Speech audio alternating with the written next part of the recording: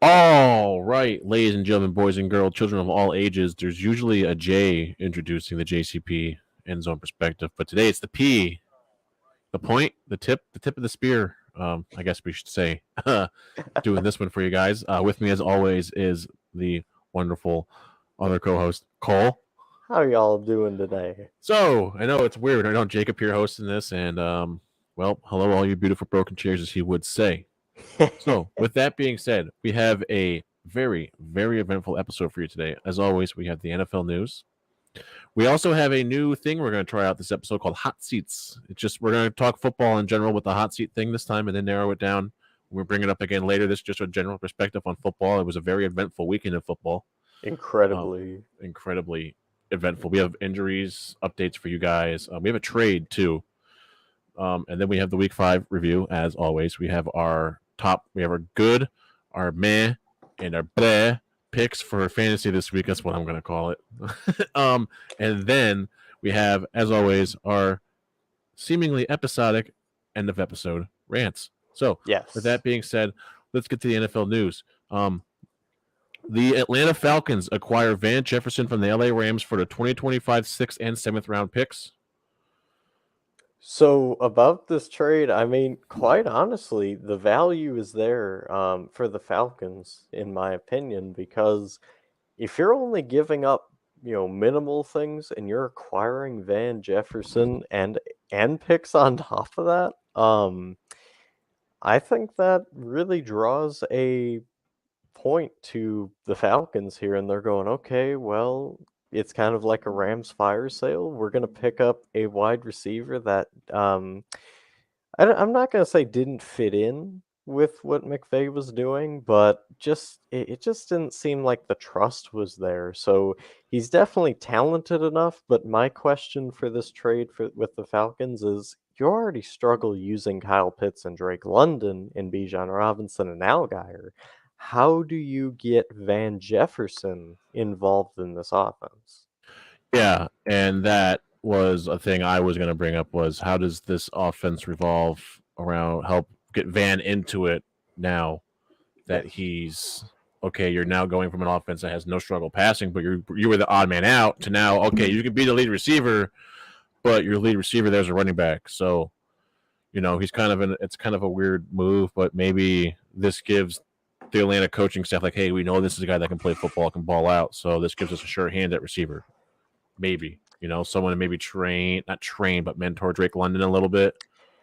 I think so. I mean, above all else, at least you get really good experience out of this trade because, like you were saying, Van Jefferson, he could definitely teach Drake London a few things because it's not that he's played bad, right? But he has definitely not lived up to the standard of what everybody thought when he was taken that early in the draft. So it's going to be an interesting move for sure, and we just got to see how this plays out because this could be, an incredible move for the franchise and elevate them, or it could just be kind of a mediocre pick up that people are like, "Why'd you do this?"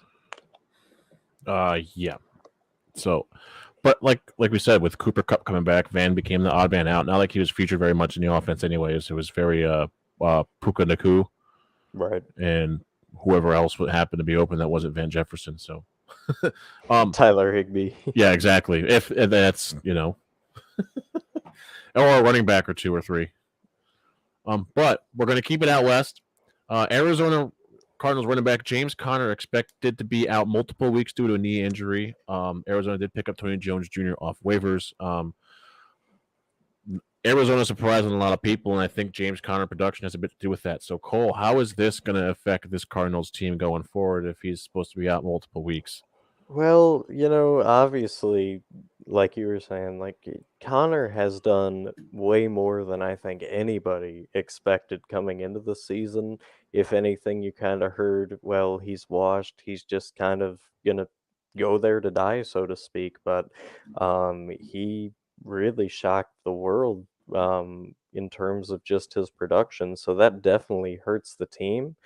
But it also could be a good thing, not obviously not the injury, but for the Cardinals to try somebody else in that spot and just see, what you're playing with. And obviously you got some, pretty good weapons too, like Marquise Brown, for instance, and Tony Jones. I mean, he's not the worst option they could have went with. So I think he can definitely pick up and add a new wrinkle into that offense. So um all in all, I think it, will show immediately next week without the run presence of Connor, but as it progresses down the stretch, I think this could help out Arizona. Yeah, like that reason exactly. I mean, they've always had a decently deep backfield in Arizona, so not like this is a big problem. And Tony Jones Jr. isn't a bad pickup too, but no other Arizona running backs over 50 yards. Yeah. So Connor's been the main staple. So we'll see, we'll see, we'll see. Does that really kind of limit the play calling now in Arizona? You think? I think so because to me, it's like one of two ways that the play callers could do this. Like I said, it could be, digging deeper into the bag and just going, okay, who wants it in the backfield? Or it's going to be a way of horror and going, "Oh man, we're in some deep trouble here. We don't have a run game. We're gonna have to pass on every down.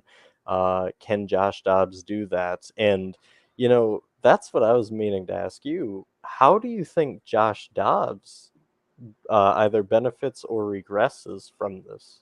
Um, I think this, if anything, this will show like, all right, well, what can you do now with a guy down? This is essentially the chance that. No, I'm not making this up. I know I say this maybe an episode we have this, but Cole, this is something we've talked about before. This guy getting a chance to play, Oh like yeah, just the freak things we talk about that come true, and this is one of them. And yeah, he had 2 picks last week, but I mean, okay, on Sunday, but Cincinnati's defense was back to looking like Cincinnati finally. took forever to get to Yeah, that point, by the yeah, way. exactly. So that's just it's a part of it. And Josh hasn't had legit playing time in this league probably since his 3rd year here. So, Yeah. um, I mean, 2 interceptions not bad. 2 picks also not terrible. Sacked 3 times, but Yeah. you're doing your thing. Not like you have great receivers. You have Rondell Moore and Marquise Brown. yeah, fast small guys. Cool. They're gonna get guarded. They're gonna get smothered by these guys. Yeah, if you can't, get a good release against these elite DBs, you're in for some trouble. And Marquise Brown, I mean, he kind of did good, but Rondell Moore has really been struggling. Yeah, yeah, but I mean, I don't know if that's just a coverage thing on him or if it's just maybe concepts or stuff. But who knows? I mean, he's also had some he hasn't had the best core. I'm not saying Kyler's not great, but I mean, Kyler's no Herbert True. or Baker. So, um, that being said, I'm going to skip around here. So this is must have been the week for knee injuries here as the whatever this season is with injuries continues. Miami's rookie running back Devon Achane A-Chain. expected to be out multiple weeks with a knee injury. Miami does not know whether he's going to go to the injured reserved yet, which puts him out at a minimum of 4 weeks.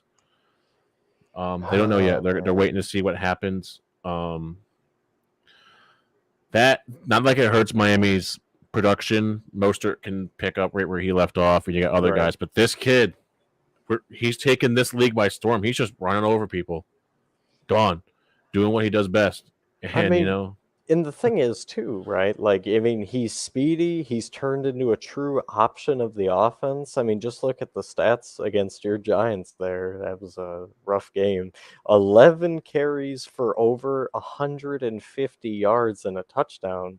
I mean, that is production like you were saying, Raheem Mostert. I mean, he'll pick up and he's really great, but it sucks to see somebody in the prime right now of their career who has had injury concerns in the past. If you look back to Texas A&M, um, mhm. what is going to be the lasting impact on Devon A-Chain is my big question. Will he come back, even resembling the same?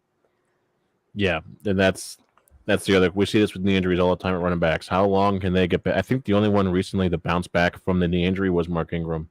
I believe you're correct. Just came back like nothing ever happened. I mean, DeMarco Murray changed offenses. Shady McCoy, I think he got hurt, and that's what ended it. I think it was a I knee or believe so. Achilles, right? I think it was Achilles. But that's such a tough position. You need your knees in that position. You're just shifting all your body weight on them, Right. at moment's notice. So, um, hope this kid gets healthy, and hope really, really hope he makes it back to his form quickly. Because I mean, we've seen what happens to Miami's offense when they lose a key piece of the offense; they just fall apart. But Tua's still there, so who knows? And that's the thing, like in terms of Miami, I don't think this kills Miami.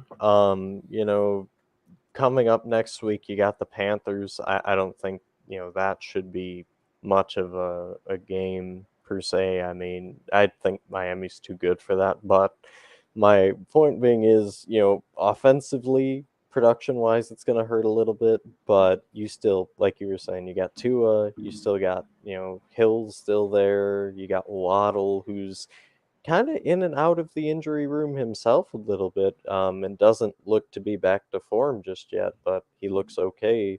And then, Raheem Mostert, I know he's very capable. I'm not, knocking him or doubting him, but it is a little bit different when you're not the featured guy to being the featured guy. So we'll see how that sets in. Yeah. Um, So, with more news on the NFL here, another injury. We have Justin Jefferson expected to be out at least 4 weeks. He is heading to the IR, so he will miss 4 weeks at a minimum. The timetable beyond that is questionable. So now, I pose this question to you: with this injury and what this means for this offense, does Minnesota go, okay, well, Justin's hurt. He's already expressed a desire to go play with Jamar and Joe again at some point. Right. Do you say we're going to bank on that and how the league is now and trade Kirk Cousins for something? Because Arizona could use a quarterback. They're not far out. Or maybe the Jets give up some capital, but they got Aaron, but you get Kirk for a year, you trade him away, you get your draft capital back. Bam. Well, I think this is the perfect time, realistically, if you're the Vikings, to try and trade and kind of have a fire sale. Because let's be honest, this season has not gone at all how you want. If you're a Vikings fan, you've been close, but not close enough all year. So personally, if I'm the Vikings front office, I'm thinking about kind of blowing it up, like you're saying, like get rid of Kirk Cousins, get Mhm. rid of Justin Jefferson. I mean, get a massive haul for him. If he wants to go to Cincy, trade with Cincy. I guarantee you. You might be able to get T. Higgins and a few first round picks in that trade. And then, with Cousins, I mean, I think you hit the nail on the head there. I mean, you could look to Arizona, you could look to New York, the Jets, and just kind of keep an eye open for what they're giving because I don't think anybody's going to give you a massive haul, but I do think, maybe a few mid round picks, and that could help this Vikings team in the future get over the hump. Yeah, and that's what I thought when I read that. We're going to cover more of this later, but I have a question for you since we were just talking about trading quarterbacks. Does Yes, sir. Dallas maybe see what they can get for Dak, I think you'd almost have to right now especially because after that abysmal performance Sunday night? yeah, no, I mean you're completely right in my opinion. I mean, it's the same story every year, and the answer just never gets answered with the Cowboys. I mean, first you had some people blaming Romo way back, when he was the starting quarterback. Now you have people blaming Dak Prescott. Um, and I don't know if it's a team issue. I don't know if it's I mean, maybe a Jerry Jones issue with the Cowboys, but I really don't fully understand where it comes from because you got so much talent and it just seems like Dak is kind of underperforming. So maybe you give Trey Lance the keys to the kingdom for the rest of the year, maybe even next year, and you get a haul for Dak. Realistically, though, where would you trade Dak personally? I think I look at who needs a quarterback. Simple as that. I mean, there are teams that could say, "Hey, we need a quarterback." Like New England, like he could go to New England and probably succeed. For some That's reason, possible. Jerry Jones still has this delusion that what Dak Prescott can get into the Super Bowl, and clearly that's not the fact. The guy can't show up No. in the postseason. Just go draft someone. Caleb Williams knocking on the door. That's the Probably. perfect guy for Texas. It is, yes. The perfect guy for Jerry is Caleb Williams. The kid's listen. He keeps his mouth shut. He's Dak, just better. Exactly. So what exactly is there to do that you need to do? Like, do you need you got a new running back that hasn't changed? Tony Pollard's doing what he did the last 2 years while Zeke has been off on suspension and eating his bowls of cereal and trying to play offensive line. But oh, you just had to bring that up. Yeah, I listen, dude. He's a Patriot and he was a Cowboy. I gotta take the shot, man. Absolutely. And if you look around the team, right? Like realistically, this team should win now. Like you were saying, you got Tony Pollard. You have one of the best wide receiving cores in the NFL today. Your tight end core looks pretty good too. I mean, you just picked up Ferguson and he's an animal. Just let him eat. The O line's still good, but it's aging. And the defense, I mean, maybe if you need like a true DT, I could see that. I know that's what they were hoping with Mozzie Smith, but I don't know. I mean, he's a rookie. It's so tough to tell production right now, but I just don't know why this team is the way it is, really. Maybe it's just a culture thing. Yeah, you almost think it has to be a culture thing at this point, right? Like, we're the Cowboys. We're supposed to be good. Then no one shows up. That's a lie. Your defense is arguably one of the top defenses every year. Right. Every year. It doesn't matter how bad the team is. The defense is always the bright spot. In fact, I don't think they've had a bad defense until the year after Tony Romo left. I think you're right. That's like the only time Dallas had a bad defense, and that was still a very good defense. So it's not the defense. The offense, just like CeeDee Lamb's a subpar. I mean, he's good, but he's the wish list Des Bryant. Exactly. Tony Pollard's better than Zeke. No one's gonna prove me Not wrong. even close. And like you just said, the tight end room is just fantastic there. So it's either play calling or it's quarterback play. It's definitely one or the other, or just the whole culture in general. Maybe clean house.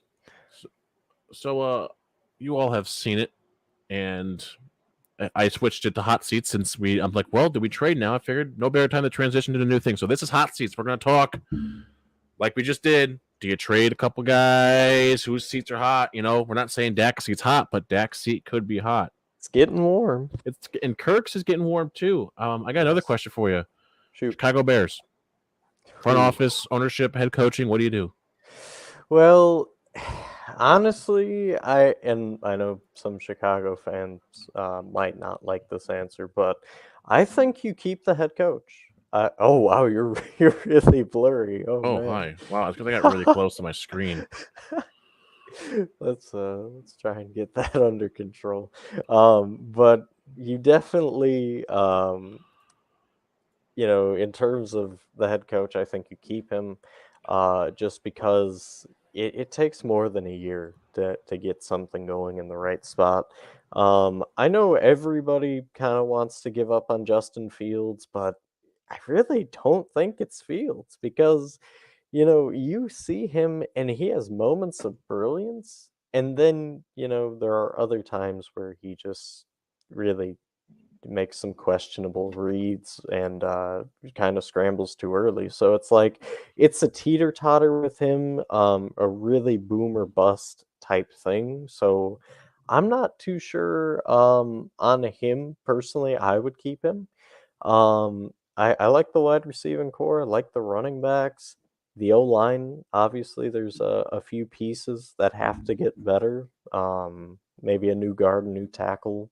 And then on top of that, like the defense, they always seem to overperform for the talent they have. So, I think if you add a few pieces to that defense, it wouldn't hurt either. But um, honestly, I think it would have to almost be the front office.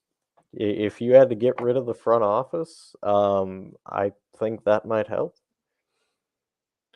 Yeah. Sorry, I was troubleshooting my camera there. I don't know Oh, what you're just good. happened. That was weird. But I don't know. I like you said, this team and like field shows flashes, but the team shows flashes too. Like the offense shows, hey, it's like Pittsburgh almost, but Pittsburgh's better. Like, hey, we get the right play calling here. We can really, really explode. I mean, the talent's there. Make it Right. happen. But yeah, no, I agree. I think you keep the coach. I think it's just now putting the pieces together. Is ownership going to have is Chicago ownership going to have patience? That is the main question. I have another one for this one. I wrote it down. I got to find the piece of paper. I'll What actually you ask got? you Yeah. mine here. So, if you look to the oh, where did my note go? There's my note. Okay. If you look at the Giants, since you are a Giants fan, I'm curious, what is the move? Because I know you're a Dave All supporter, and I don't blame you. I mean, the guy he flipped the group in 1 year. But now my question is to you, what needs to change to get back to being that Giants team we saw a year ago? Cole, I don't know. You look at what the offense is doing. What it's almost the same exact team. Right. Why are we struggling? Why is this a thing at the moment? I don't know if play calling got messed up somewhere, but Daniel Jones literally has no time. It's like last year never happened. I've said this before. It's like last year never happened, and it's embarrassing because you know how proud a lot of people were of this team. Like, hey, the Giants are back. There's football in New York. This could be great. We could finally have the NFC East back to what it was, and now we're just sitting there floundering at the bottom of the division while the Redskins, Commanders, Either kill the way, messenger here. don't kill. Anyways, that wasn't on purpose either. I promise. But while the Commanders, Commanders. There we go. Now we're getting it. the Commanders are sitting there with Sam Howell and a patched together team going, yeah, we're gonna beat the Giants in the standings. We're gonna have 2 wins. We're gonna get blown out by the Bears. No better way to do it than still be not last and lose by 20 to Chicago. Ugh. But no, I think a lot has to do with the O line. I mean, Andrew Thomas is out right now. Doesn't help. Right. But we'll see. I mean, there's a lot of football left. There's 18 weeks of football, 17 weeks of football now, I 17 think games. it's 17 17 games, games. 18 weeks. Yep, still a lot of football left, so we can win a lot of games here and still make the playoffs. Philly's probably not going to lose many games this year, sadly, but I think it's the O line. I'd have to agree. I do think we're getting beat a little bit over the top, but that's just me. Well, I also think too, I mean, you got some older guys mixing with some rookies, take Deontay Banks in that exchange as well, to where, and even some first and second year guys like the free safety there, McKinney. And it's just I think it's kind of a weird almost like a pecking order, if you will, that, I don't know if anybody figured it out defensively in terms of, okay, this is your leader, this is who you report to, and this is the one that's going to tell you do your job, be on this guy. Maybe it's a communication thing with the secondary. That's what I noticed. Okay, so since you brought it up, do you think Daniel Jones is in a hot seat? kind of in a Ooh. weird predicament. Like if you don't do anything this year, it's kind of understood because you've had no help. But also, I think personally with Daniel Jones, I think it's a fan hot seat versus a front office kind of lukewarm seat, if that makes sense. The okay, fans are like, you're not putting production, you should be out immediately. We should draft a quarterback, to where the front office is like, look, we see you're getting killed. We see you don't have time. We see our O line has not helped you at all. It's kind of on us, but at the same time, you do have some things to clean up. So I would say it's lukewarm where it matters and extremely hot where it does not matter. Matt Canada. Fire him into the sea, please. Oh my, going back, right? And anybody who follows college, I mean, the story of Matt Canada, right? He went to Pitt, looked okay there. Went to LSU, had ups and downs. And then goes to Pittsburgh and ooh, man, he's ruined Kenny Pickett so far. He's ruined George Pickens. He's ruined any consistency in that team. This is a team realistically, and Chooch, you know what I'm talking about here, that we said they were going to finish high. We said that they could, potentially be a Super Bowl team, and they are not because of Matt Canada. I think he needs to be chucked very far away from I this got you. organization. Hold I on, mean, hold on. I Where is don't it? think it's close. Where is it? I'm looking for the. I have a text here I wanted to show everyone because it talks about Matt Canada from a Steelers fan. Yeah, I mean, that shit might work in college. It ain't working here. Well, Oh, kind of breaking up. okay. So it says that's what I said. Man, only if Matt Canada could call an offense like this all the time. And it says, and I quote, "That's what I'm saying. Kenny wouldn't look so horrible if they got better play calling." Boom. From a Steelers fan, diehard Steelers fan himself. Massive exclamation point, because it is embarrassing to watch that man call it a pro offense. Really embarrassing. It's sad. It's really sad. I don't know. Do you have any other hot seat takes, questions? I do. So, New England Patriots, and it's not on Bill Belichick yet, even though I do think his seat should be a little bit warmer than anybody will say or admit to. I know, the Super Bowls obviously canceled out any thought of that, but my question is, and this is more so where the hot seat comes in.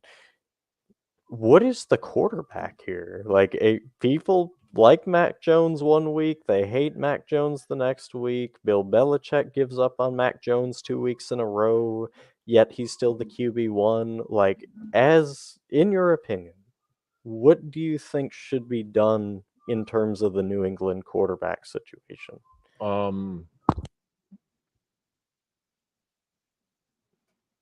Maybe you go get Kirk Cousins or Dak Prescott. You say, listen, Dallas has to make the playoffs still. So, I wouldn't necessarily trade for Dak. If Dallas' season just falls apart now, then you try to trade for Dak and go, okay, we'll try the Belichick way here with Dak, or Kirk Cousins might benefit from a late career thing with a coach that's been around the block or two and knows probably would be better, a quarterback that would be better suited for the program, not program, but offense. I know what you yeah. But I think so. So everyone's Patriot way. I think the Patriot way was a mix of Tom and Bill. I think it wasn't just one person. I think it was a matter of the right coach and the right quarterback. So I think Bill's sheet, like you said, Bill's seat should be hotter than most, but it shouldn't be super hot because you just lost your franchise guy. Right. Like everyone thought Bledsoe was that and this, and then Tom Brady comes in and says, "I'm going to win us all of our Super Bowls." And he did. I mean, that was My a truly once in a lifetime QB. exactly, and I think Belichick, being the coach he is, and at that time, I think Belichick's tired now. I think That's he's fair. just like I think his way. Everyone's doing it now. Athletes are so much more different than they were then. True. Yeah, I know we're talking 3 years here, but I mean, the Patriots could have gone and gotten someone if they really, really wanted to. That could have filled Tom's spot if they offered them someone enough money. But that's not the Patriot way, and that's where I Well, respect the Patriots organization. yeah. But the fans only expect 3 wins from this Patriots team. I'm serious. My Facebook Yeah. feed's up. We're gonna win 3 games this year. We're gonna win 2 games this year. Get the paper bags out. Is this what it's going to be like when the Alabama downfall comes? It's gonna be worse. I don't envy when that happens, but no, I mean I agree with that. I really think much like you were saying with the Facebook feed, like this could be one of the worst years in Patriots history, but knowing Belichick, I don't think it will. I think they'll still have a respectable record, maybe squeak into the wild card, but the biggest issue right now for New England has to be QB loyalty, and it's just gotta figure it out because it's like you can't keep playing quarterback hokey pokey. In other words, you can't keep going Mac Jones in, Mac Jones out, Mac Jones in, Max Jones out. Mm-hmm. You got to make a decision, and you got to give the full team to either Zappy or Jones Or or Cunningham. yeah, Cunningham. And if you Oh, don't like it at the end of the year, then, change it. Get somebody in free agency, make a trade, go draft somebody, do something. go pick up AJ McCarron, who's a Bengals practice squad guy again. Go get one of these XFL quarterbacks. Granted, it's the XFL, but at least it's someone who's fresh and has played, who has snaps Exactly. against guys at game time. It's better. It's literally better than a guy that's been sitting at home on the couch for 4 weeks eating his fudge and chocolate chip cookies while he's reading cranberry books. I don't know. I'm just making stuff up as I go, but you get what I'm saying. Right. What's the point? What's But the yeah, that was my last hot take here. Yeah, Or that's hot all seat. I. That's all I. That's all I got too. So with that being said, folks, we're gonna get into Week 5 here. So to start us off with Week 5, we have the Chicago Bears took on the Washington Commanders. Thursday Night Football, Amazon Prime. Justin Fields, 15 to 29, 282 yards, four touchdowns, with DJ Moore being the recipient of 3 of those touchdowns. Sam Howell, 37 to 51, 388 yards, 2 tutties, 1 pick in the losing effort. Cole, Yes, sir. what did you see this game that maybe didn't see, or the folks at home might have seen? So I'm gonna bring up a point that Pat McAfee made to start here, and I really like it resonated perfectly with how this game happened. And he said that Ron Rivera looks like he's checked out. I really think that this is not far off because there was a decision in the game that could have cut this game to a one possession game. It was like right before halftime, and Washington had a fourth and one. And instead of deciding to roll the dice, trust in Sam Howell, who's been playing amazing, and Brian Robinson, who give it to him, let him get 2 yards. Um, they kicked the field goal, and they are still down by like yeah, I think it was what was the score? I think it was 30-17, if I'm not mistaken. Maybe or no, I don't remember the score off the top of my head, but the point is, you kick the field goal instead of trusting in your guys, and that was the main message that I took away from that was like, what are you doing, Ron? Do you not care about winning? Are you okay with just being mediocre? Because winning coaches, will be aggressive and put their faith in their players. And then on top of that, Fields and Sam Howell both played incredibly well this game. And DJ Moore, oh my goodness. I think he put up, well, I won't say the number, we'll save that for a different segment, but he was incredible. As you see, 8 receptions for 230. Just blew away this Commanders defense. It was even like sometimes they didn't even see him No, on the for real. field. And then an underrated shout out in this game and a part of the Bears offense was Cole Kmet.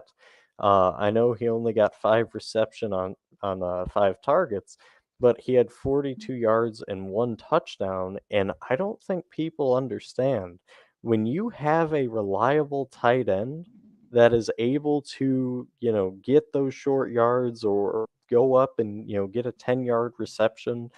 I think that opens up defenses more than anybody will give credit. So, um, a lot of great things for Chicago, a lot of really huge question marks if you're Washington. That was my take from this game.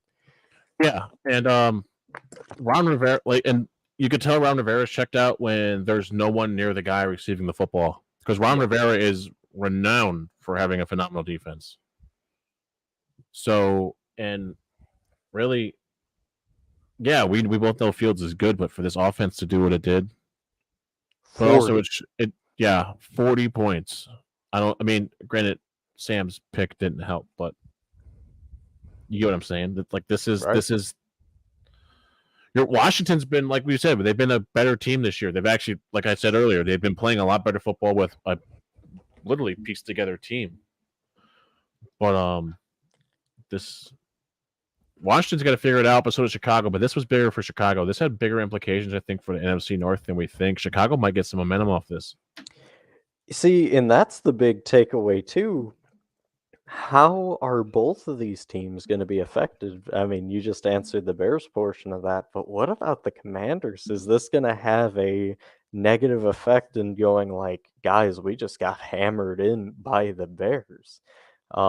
Is it, kind of a pack it in, let's kind of drag this loss out for a few more weeks, or is it, hey, we need to respond ASAP? And I hate to say it, but with Ron Rivera, it's just that I think it's gonna have the negative effect. This team is gonna be depleted next week. They play, the Falcons, so it's just another train coming, on the tracks right at them.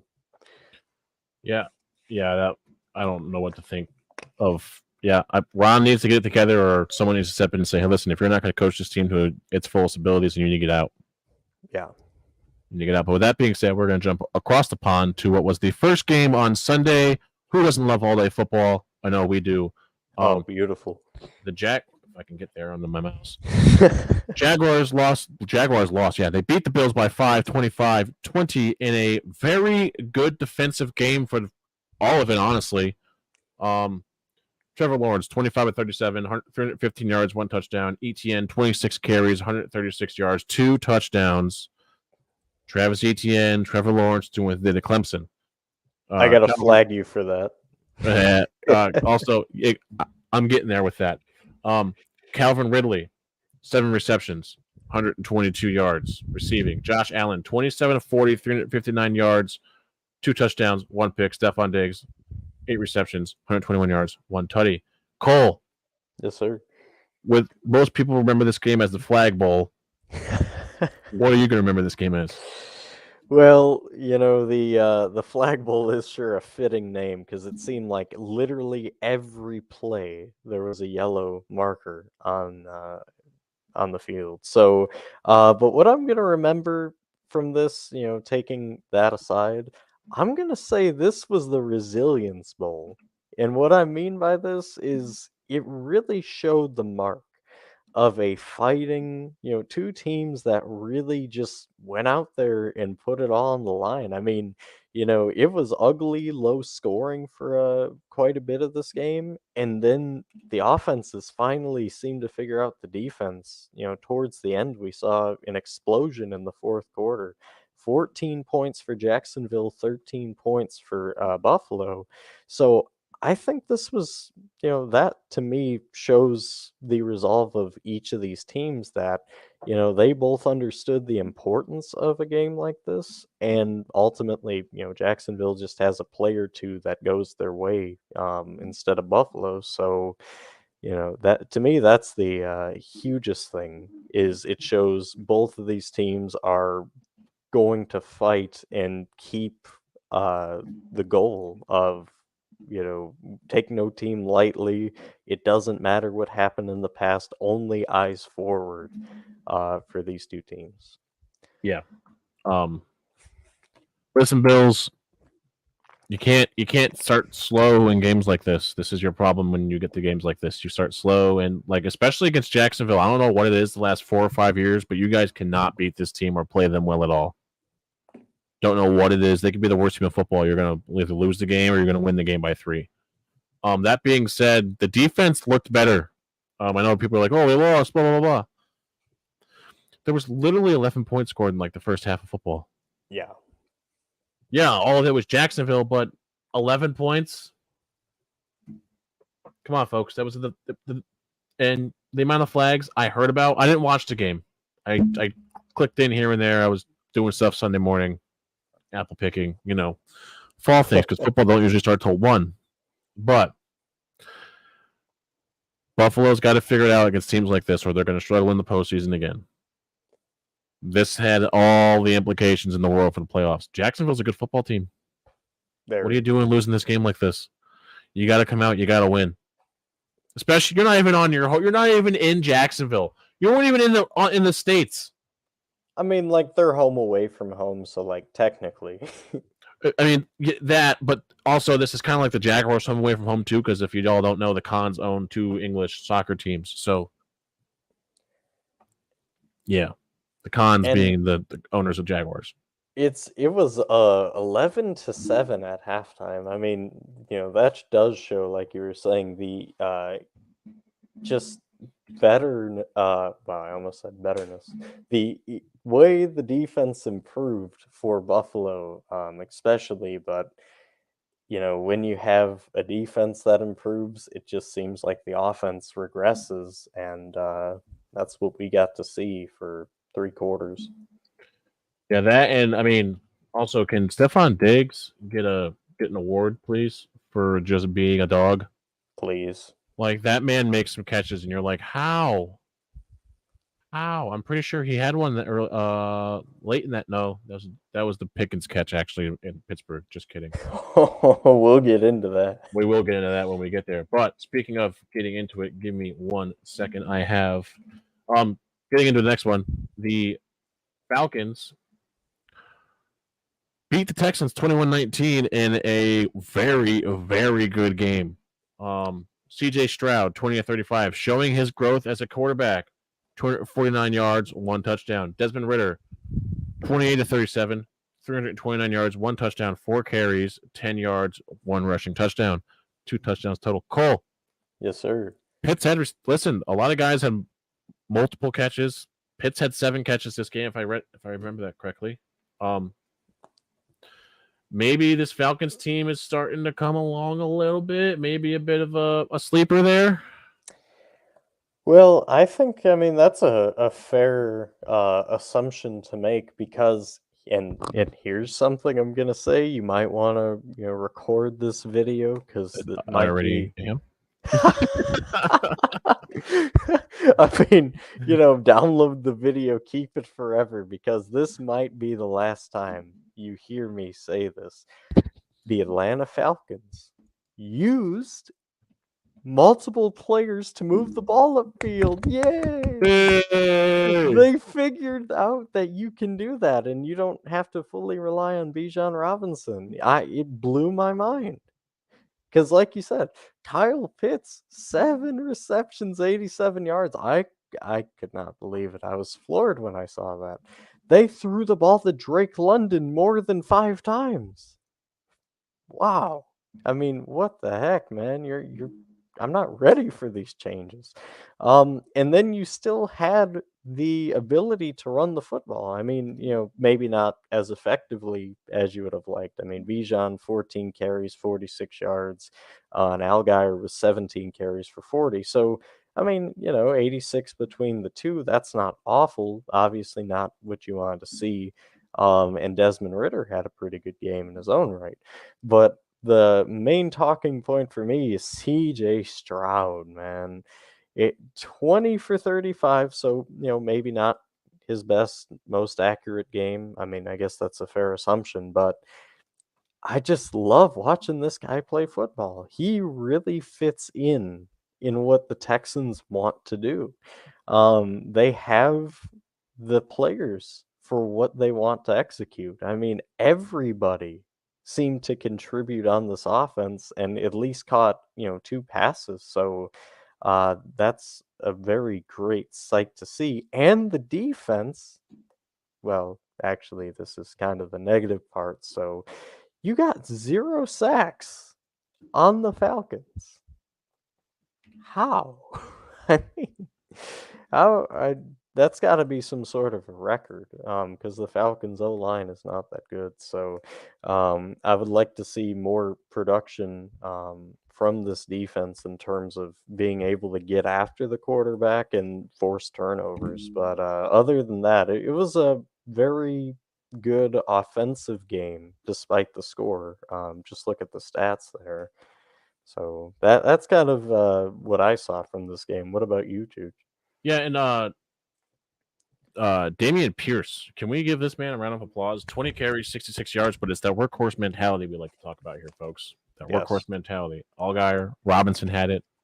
Dalton Schultz, 7 receptions, 65 yards. Listen, CJ is doing a great job of spreading the ball around.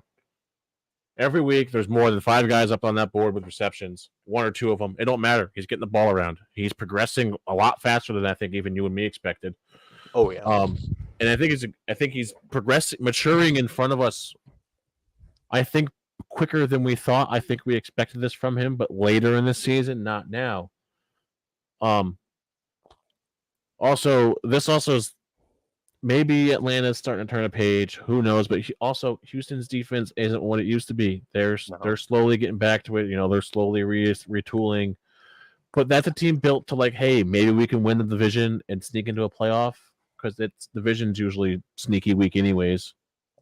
So maybe they were kind of hoping for that and built that team like that. But it's not a bad team. There's talent there. These guys are coached well. They're playing good football. So can't really complain about that. and Um, also on top of that too, Drake London got a passing attempt. I don't know if you guys saw that, but 22 yards passing on the year. Way to Look at him go, go. Drake. Hell yeah, there we go.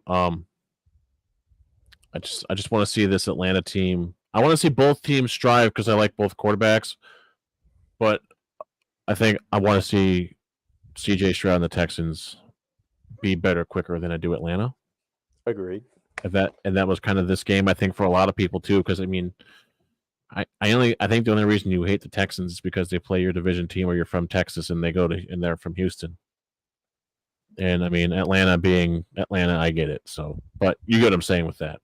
Right. I mean, the Texans don't do anything to anybody. If you hate the Texans, you gotta just calm down a little bit, okay? They have had it rough for like ever. Give them some slack. They're coming out a little bit. Yeah. So on to our next game now, folks. We have the Panthers losing Ooh. what started off like a decent game and then got very violent very quick by Detroit. Started off a little slow and then Detroit was like 14 points now. Um, Bryce Young, 25-41, 247 yards, 3 touchdowns, 2 interceptions. Adam Thielen with 11 receptions, 107 yards, 1 touchdown. Jared Goff, 20 of 28, 236 yards, 3 touchdowns. With David Montgomery having another wonderful game, 19 carries, 109 yards, and 1 touchdown. Cole, Yes, the sir. Lions look great. The defense is finally starting to show up. This offense is coming together real quick. All the young guys are doing their thing.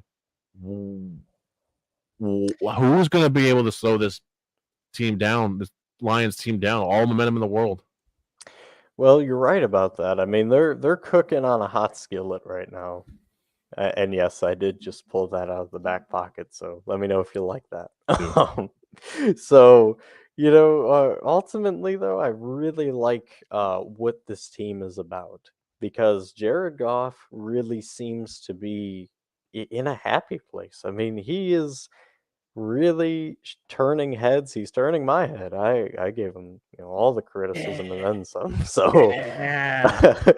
hey, I eat my crow when I'm wrong, Yes, you boy. do. I give you that credit there. So, but I will say I love the balance of this team. I love how they ran the football effectively for 159 yards and then, 218 or excuse me, 236 in the air. Um, it just to me, it looks like they're having fun. I mean, there really isn't a weak spot on this team. You got Aiden Hutchinson on the defense who, kind of sets the standard. And then Jack Campbell has kind of come into his own a little bit slower than most people would like, especially for that draft pick, but he's doing fine. And the secondary seems to be, doing really good, almost like just ball hawking down, as we saw. Speaking of Aiden Hutchinson, he even got a pick. Oh Like, wow, what? it killed it. That was the shock of the day, definitely. So, um, I don't know who stops this Lions team. You're gonna have to play a complete game to defeat Detroit, which is something that has not been said for many years. So relish this, Detroit. That Um, yeah.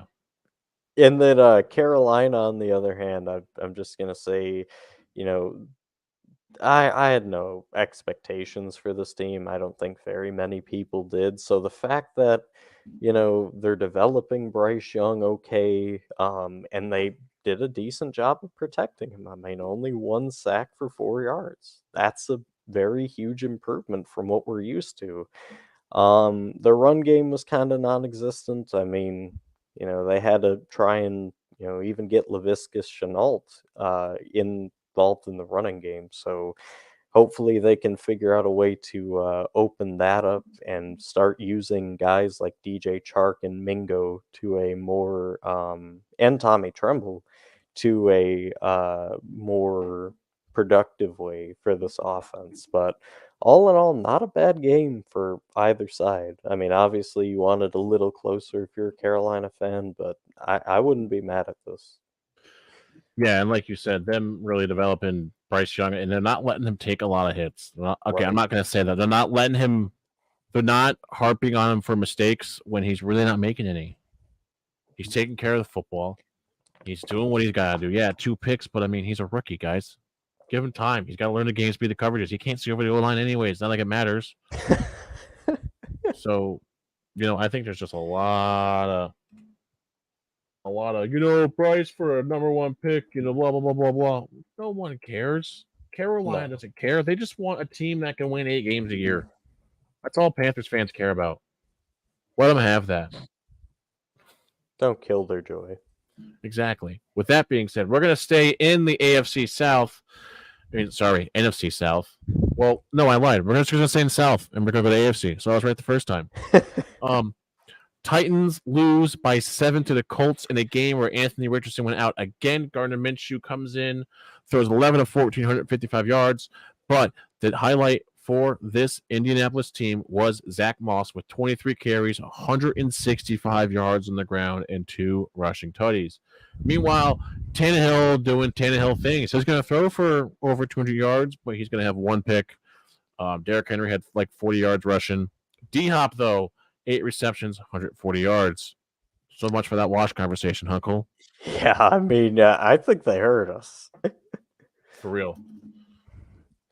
So to me, something that reminds me a lot of this Colts team. Now, follow me all the way back. We're hopping back in the time machine here to 2016. We're going to talk about the Colorado Buffaloes of that year.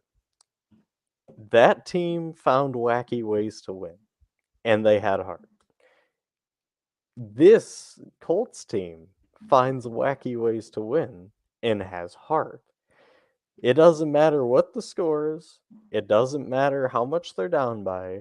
It doesn't matter who the opponent is. They will find a way to win or lose in a heartbreaking fashion. They don't get blown out. I have not seen a team like this recently, since that Colorado team pretty much. Um, I'm very impressed. I'm almost floored with just how this team has responded because this was a team, you saw in the preseason, you're like, whatever, they'll be an okay team, probably won't do much. And then you see this. And I know they're only 3-2, but it's an impressive 3-2. And then for the Titans, I just get out of my face, please. I'm so sick and tired of the Titans. It's the same story every year. If you're not playing a team who's elite, you look great. Derrick Henry carries your team. Story ends. Now you play somebody with a heartbeat and you lose. I mean, this story's not going to change. It's not going to be different until you address the main problem. And to me, that's quarterback. So I really don't have a lot to say for the Titans other than that. But very impressed with the Colts. Yeah. Indianapolis, keep it up. Like we've been saying the last couple weeks, this is a team that they just needed a competent quarterback. Zach Moss even said it. Minshew gives them a chance to win a game. It might not be flashy or whatever, but Minshew, when he goes out there, we saw it last year with the Eagles when they played Dallas and lost on Christmas Eve. He didn't have to play great. He just had to keep him in the game. That's all he has to do with this Colts team, too. They're there. They're young enough. The receivers aren't as good as the Eagles team he was on, but everything else is there. The defense is just as good. The O-line's arguably just as good at times. And like you said, Cole, Tennessee can't beat good teams. They play bad teams well. Exactly. Your defense is going to keep you in games. It has been the last 10 years. Where's your offense been? You haven't had an offense since Kenny Britt was there. And Yeah, we're going I back. said Kenny Britt back when y'all had the hideous powder blue jerseys. Ugh. I remember watching y'all on CBS struggle against the Texans. Actually, I remember that fight with Andre Johnson. I remember that. So you've just been sucking too long, guys. It's definitely a QB thing, though. I do like Vrabel. I just get a real quarterback. Or let Levis and Willis go. For the love of God. Something. Anybody but Tannehill. I agree. I just happened. Anyways, I just lost a note I just did. Oh, Okay, we're good. So, anyways, I'm gonna have to fill that in again. On to the next game. The Giants lose a depressing 1-15 to the Dolphins. Where the Dolphins, listen, A-Chain, 11 carries, 151 yards, 1 touchdown. Hill, 8 receptions, 181 yards, 1 touchdown. Tua, another accurate game. Daniel Jones went down with a neck injury. He will play. He's expected to miss a couple weeks because of the neck. Darren Waller, 8 receptions, 86 yards. Besides that, all I gotta say is I don't know what's going on with the Giants. We discussed this earlier. I don't know what's going on. Just figure it out. Dolphins, you can't lose to the really good teams and then beat up on the bad teams. You can't do it. You're not going to go anywhere. In fact, that was your problem when you had Marino. You could beat all the teams you had to beat, but when it became time to beat the team you needed to beat, you couldn't beat them. Exactly. That's all I got to say on the game. Cole, you got anything you want to add to this? So yeah, I mean, we saw it a lot. Devon A-Chain and Raheem Mostert were a huge part of this game, and then obviously Tyreek Hill was Tyreek Hill. So not much needs to be said about him. But I do want to say, Jalen Waddle, man, he's concerning me. They targeted him 10 times. He only caught 5. So, that's a not a very good stat line. And then only had 35 yards in the air. And this is Jalen Waddle. I don't know what happened with him. I don't know, if he's just going through some rough things right now or what the case, but he needs to get it back into gear and start looking like the Jalen Waddle from Bama. or else he's going to be on a very long and depressing road. So let's get it back up there, Jalen. He is truly one of my favorite players just at the position. I mean, he's dynamic, and that's why it sucks to see. And then I also want to say Giants. Like, just to talk a little bit more about the struggles here. 7 sacks. 7. How? Like Chooch was saying, this is relatively the same team, and this O-line was very good a year ago, and now you're giving up 7 sacks to the Dolphins. Where did we go wrong? Um, yeah, I mean, I know you were saying Andre Thomas is out. Obviously, that hurts. Or Andrew, sorry. I know what you meant. Yeah, but I know you said, he's out, but it should not result in 7 sacks. I mean, okay, if you said 3, I could see it because, it is a big loss. I get it. 7? Get it figured out. And then this defense. I mean, okay, you got 2 picks. That was pretty cool, but only 1 sack, and your QB pressures slash hits were 2. Yep. How are you not impacting the quarterback more when you have guys who literally are made to just go in there and cause havoc? I mean, this is Giants in disarray, to say the least. Yeah, it's just frustrating because we know how good this team is on paper, Yep. right? Like there's all this talent there. There's all this young guy. There's these young explosive guys, but you're just gonna sit here and just what blow it all away? Come on, we got to figure it out. See that 2 line, 2 touchdowns, 2 picks. Literally 7 of those. One of those picks was 7 of our points. Yep. You can't win games like that. But onto a better, happier note. The Patriots got their shit pushed in 34 by the Saints. I didn't even bother putting down Derek Carr's stats here because, I mean, yeah, he had like 186 yards passing, 2 touchdowns, no picks. Alvin Kamara set the franchise record for touchdowns in a career by a Saints running back. Congratulations on that, kind Round sir. of applause, good sir. Well deserving. New England, I know we just talked about this, but you need to figure it out. And you need to figure it out now because it's bad. Yeah. I'm not usually sad for Boston fans because you grow up on this side of New York. You understand that Boston fans are just as bad as New York City fans. So I'm going to say this by saying this loud and clear. You need to either fire Bill or get a new quarterback or hire Josh McDaniels back because it's not working and the experiment's running out of time. And so is your head coach. So if you want to do something for your guy, Robert Kraft, you're going to figure it out. Yeah. Bill Belichick getting blanked and losing by 34 in the same game is a sentence I never thought I would say. Especially in the regular season. Yeah. Cole, I know I just kind of ranted there, but what is going on in Foxborough at Gillette Stadium? They just had Tom Brady Day a few weeks ago. They got the new bridge or lighthouse, whatever the hell it is, but the Redcoats aren't coming. This is the most confusing team in the NFL, and I say that with just a confused look on my face. I don't get it. You looked good earlier in the season against the Eagles. You looked good and competent, in parts of this year. You've had moments of greatness. Mac Jones looked like a really good quarterback for, maybe 2 or 3 weeks. But now, in the last 2 weeks, he looks like he has never played football. And then, the defense. I mean, I don't blame you.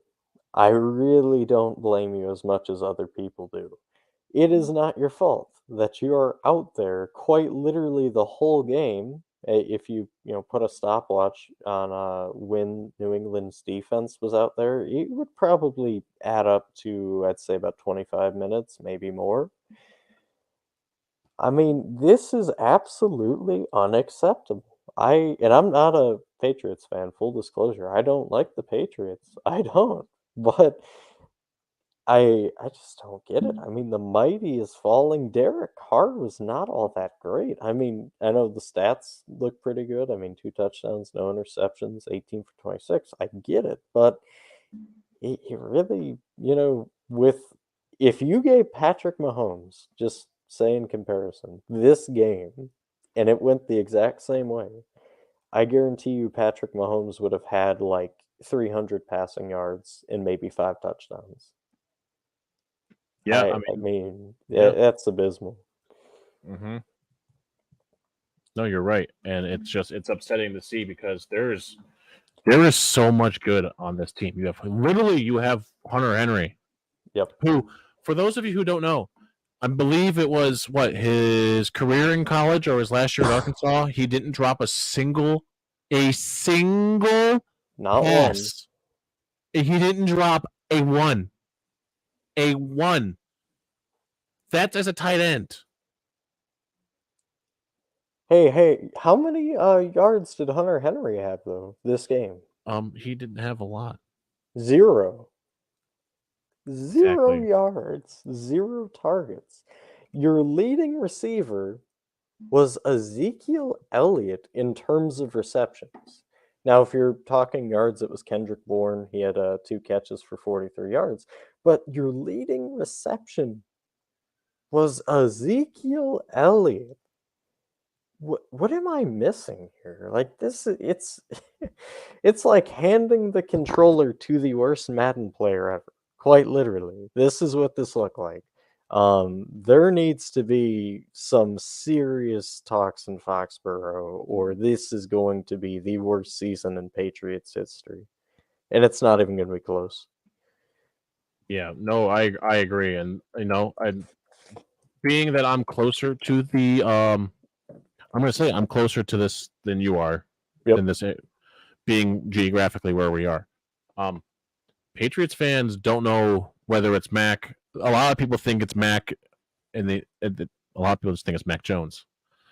I think it's offensive play calling. Josh McDaniels leaving was the death of that team. That's fair. Look at you hear all the stories. There's 2 guys, Tom and Bill. McDaniels was the savvy OC. Matt Patricia was the savvy DC. Why? I get it. Guys want to go on, but if they're not doing good, hello, come back and work for me in the same spot. Exactly. But what do we know? We're just 2 idiots with microphones. Exactly. So we're going to keep it on the AFC side of things, though, and we're going to go to an AFC North showdown, one of the best rivalries in football. Ravens Steelers do not disappoint. The Ravens 10 points, Steelers 17. Lamar Jackson 22 of 38, 236 yards, 1 interception. Kenny Pickett You 18 gotta of mention the thing. the which thing? Pickens. I'm going to. I'm going to.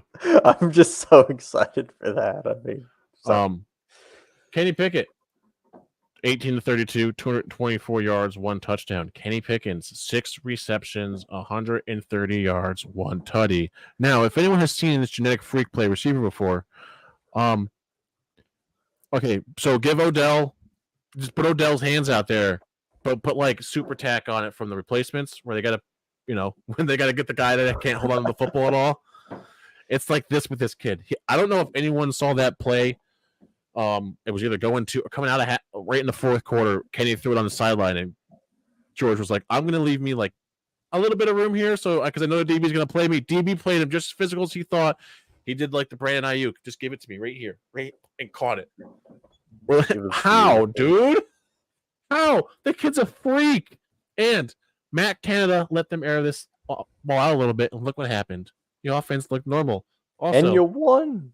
Jalen Warren is the reason this game was won by the Steelers. Those 2 clutch 20-yard back-to-back runs he had. Whew. Yeah. So Cole, what do you take away from this game?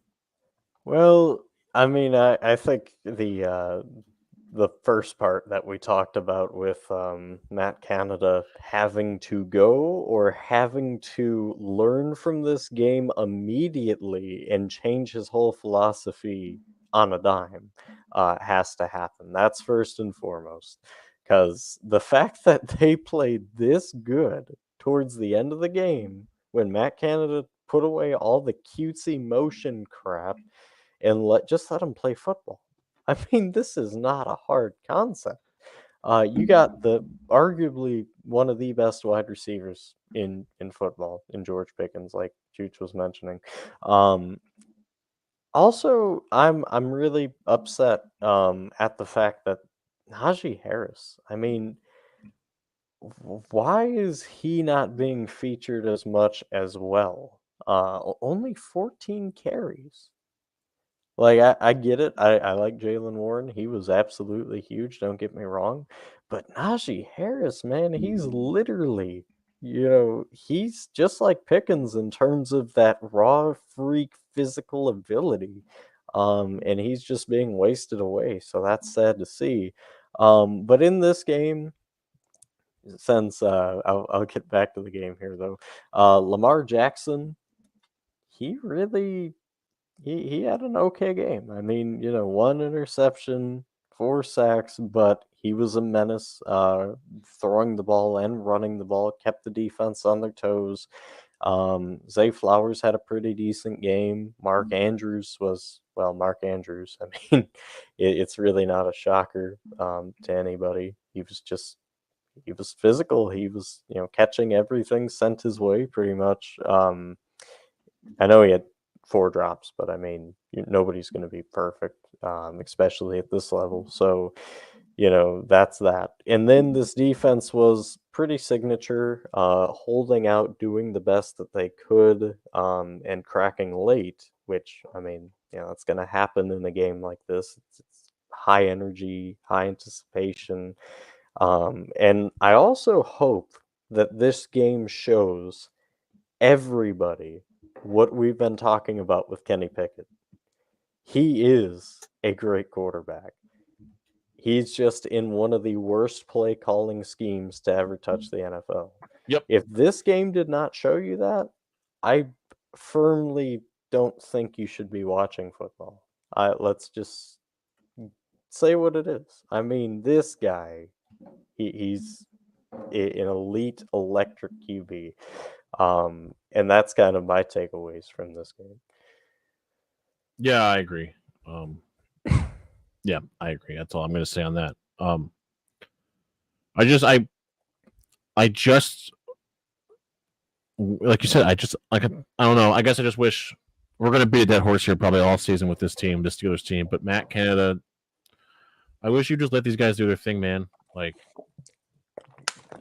this is a really fun team. This is a really fun Steelers team to watch play especially when you let them just do their thing. I don't know what needs to be done for Mike Tomlin to realize that, but I mean, I'm starting to fall into for those of you who don't know, my best friend is a diehard Steelers fan. His dad was too, and his philosophy was Mike Tomlin's great. Don't get me wrong, but I'd rather have someone else who can make the decision not based off emotion, but what's right for the team. And I think that's what we're seeing right now. I think he's kind of committed to Matt Canada. Doesn't want to try it out, but at the same time, you're hurting your guy. Like, Pittsburgh has never fumbled when it comes to drafting quarterbacks, I don't think. We always gone from guy to guy, right? Kenny's that guy. Just give him the people. Give him the people. I really just want to see that kid do good.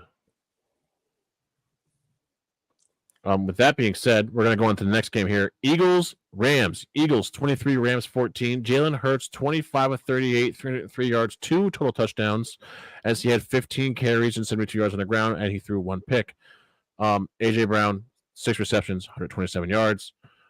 Matthew Stafford, 21 of 37, 222 yards, 2 tutties. Cooper Kupp in his return, 8 receptions, 118 yards. Don't worry, folks. Puka Nacua had 7 receptions for, I believe it was 73 yards this game. His production did not go down. As we were saying earlier, Cooper Kupp is back. This was a very defensive game for a very long time. Cole, the tush push, brotherly shove, whatever you want to call it, it's one of these guys' games, and everyone's ready for it. Just they can't stop it. Yeah, Yeah, I mean,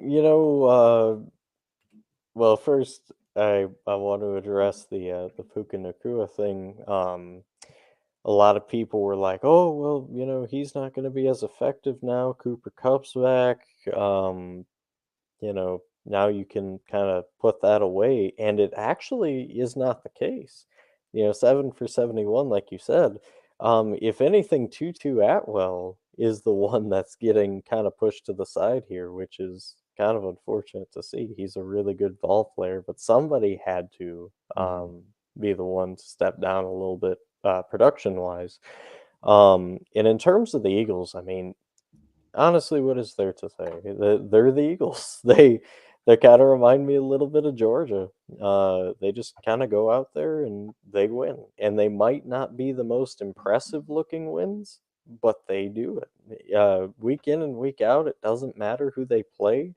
That defense is one of the best defenses, we've seen. Well, I should say I've seen because, you know, 4 sacks, 8 QB hits. I know they didn't get any, interceptions, but when you can affect a quarterback's play that much and just kinda throw them off, I know it didn't really have the desired effect because Matthew Stafford still hung in there and still threw for 2 TDs and was safe with the ball, but, I mean, that's what we kinda expected. Uh, all in all, though, I'm just gonna say, the Eagles, people might keep hating on them. People might keep saying they're not impressive, and I think they just hear that and they just laugh. They go, "Sure, we'll just kind of keep a low profile. We'll just keep winning, though." And at the end of the day, that's what you have to do. You have to win. You don't have to win by a million every week. You could win by 1 point every week, and people can say whatever they want, but you're still winning. So yeah, that's my takeaway with the current Eagles situation in this game. Yeah, What and, about you? and and this Eagles team is just listen. That's the best offensive line of football too. Agreed. Um, that's just a well-rounded team. Um, no one's really going to beat these guys up like that, except maybe San Fran when they play later this year. So, um, yeah, I got that. And listen, Rams, it's gonna be you're gonna have a real weird year. It's a Your roller coaster. team is good, but they're not great, but they're also better than good, if that makes sense. Like they're just good enough, but they're just not good enough at the same time. It's like certain plays they're missing. It's kind of weird, but we'll take it. Um, anything else in the game, Cole, that you got? No, nothing else. I mean, it's a pretty standard Eagles game. Yeah, for real. So that being said, we're gonna jump to the AFC North again, where the Cincinnati Bengals finally looked to come into form this game, beating the Arizona Cardinals, the surprising Arizona Cardinals 34-20. Joe Burrow looked like Joey Burr X again with his ability to just do anything and everything with the football and pass it all over the place. Also, if you did not know, Jamar Chase is always open. 15 receptions, 192 yards, 3 touchdowns. 3. Burrow, 36-46, 317 yards, 3 touchdowns, 1 interception. The only highlight for Arizona was Josh Dobbs, 15 of 32, 166 yards, 2 touchdowns, 2 picks. Cole, Yes, is sir. this a flash in the pan game? Because we saw the Giants be good against this Arizona team late in the game and put up points. Is this a flash in the pan game for the Bengals like it was the Giants? Well, I don't think so. I think this Bengals team is finally piecing it together. I know it's a little later than most of you, wanted, myself included. And I know that was Jacob's huge talking point a week ago was, is the siren flags raising for Cincinnati? And obviously, as they showed here, no, I don't think anybody was super panicked about where they were headed. So, but it was just fun. It was truly fun to watch Joe Burrow just sit back and piece up a defense again, and spread the love too. Like Irwin played really good. The Chase, as you mentioned, Tyler Boyd, Joe Mixon in the run game was effective. 81 yards there. I know it's not quite as much as some people would like to see. But hey, I was happy with it. And even the defense showed up and did their part. They got 2 interceptions, Cam Taylor Britt and Pratt, and then 3 sacks with 8 QB pressure slash hits. I mean, realistically, this is that game that it just seemed like the Bengals were sick all season long. And now the doctor gives them this dose of the Cardinals, and I think they're going to be a very tough team for most. And then with the Cardinals, I just think they were kind of shell shocked. I mean, James Conner not being as effective as he was, as we mentioned earlier in the show. And then Rondell Moore, even having to come back there and take a few snaps, being the rusher. And he was the lead rusher, by the way. He got 50 yards on 3 carries. So, that's a unique way to utilize him and his talents. And I think, maybe it works kind of like the Deebo Samuel thing with the Niners. So I'm very interested to see how this offense continues going forward with Arizona. And their defense didn't do all that great. I mean, they got 1 pick, but it was almost like Joe Burrow going, "Hey, I have a little bit of mercy in my heart. Go wild, kid." Right. So Yeah, that's no. my take. Yeah, no, I agree with that. Listen, the Cardinals continue to surprise with just being able to score more than 10 points with the offense they have. Burrow, thank you. You really started to worry Cole and I there for a second, I think. Yes. Thank you for showing up. We appreciate that. I think all of Cincinnati appreciates. Actually, I think football just appreciates you doing your thing because I'm not gonna lie, you're the coolest cat in football, guy. Facts. I didn't even mean to rhyme that, but it works. Somebody make a stitch of that or a reel, whatever they're called. Someone do it. Short. Short. There we go. Right. That being said, yeah, Bengals. You're not that far out. Pedal to the metal. You can still win your division. And especially with the rest of the division being the way it is, I mean that it's a very winnable division. Exactly. You just gotta play good football. I think I said this 2 or 3 weeks ago. All you gotta do is play good enough football at this point to just win like 12 games and you're good. I might have had this conversation with someone else, but all you gotta do is win 12 games and you win this division, I think. Maybe even 9. But we're gonna say on the AFC side of things, interesting showdowns. Jets come back and shock the Broncos. Little Wilson, young Wilson, maybe outperformed Russell just a little bit. 3 more yards passing, but he had 1 pick. Russell had 2 touchdowns, no pick. Jets 31, Broncos 21. Cole, we're gonna get into this in the rant segment, but wow, the Jets. And I'm gonna tell everyone now, it was Breece Hall in the defense. It wasn't Zach Wilson. Whatever. Robert Saleh cannot call an offense out with Zach Wilson as a quarterback. No. I'm just calling it now. You watch these Jets games. Robert Saleh can't call an offense with Zach Wilson. But the stats say. I don't care what the stats say. I'm telling you what I'm seeing, and it's I bad. agree. I mean, think about this realistically.